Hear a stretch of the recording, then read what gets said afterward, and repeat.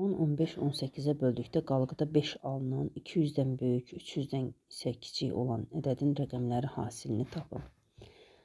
Deməli, bizə lazımdır əki ol 10, 15 və 18. Əvvəl bunu tapaq. Sonra isə üzərinə 5 əlavə edək.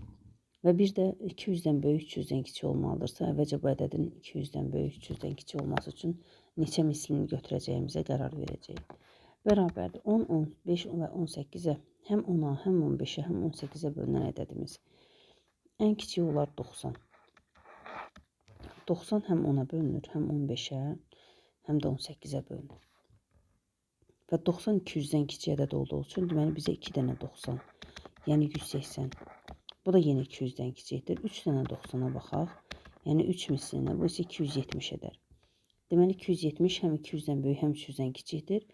Və bir də qalıq 5 olsun deyə üzərinə 5 əlavə etsək 275.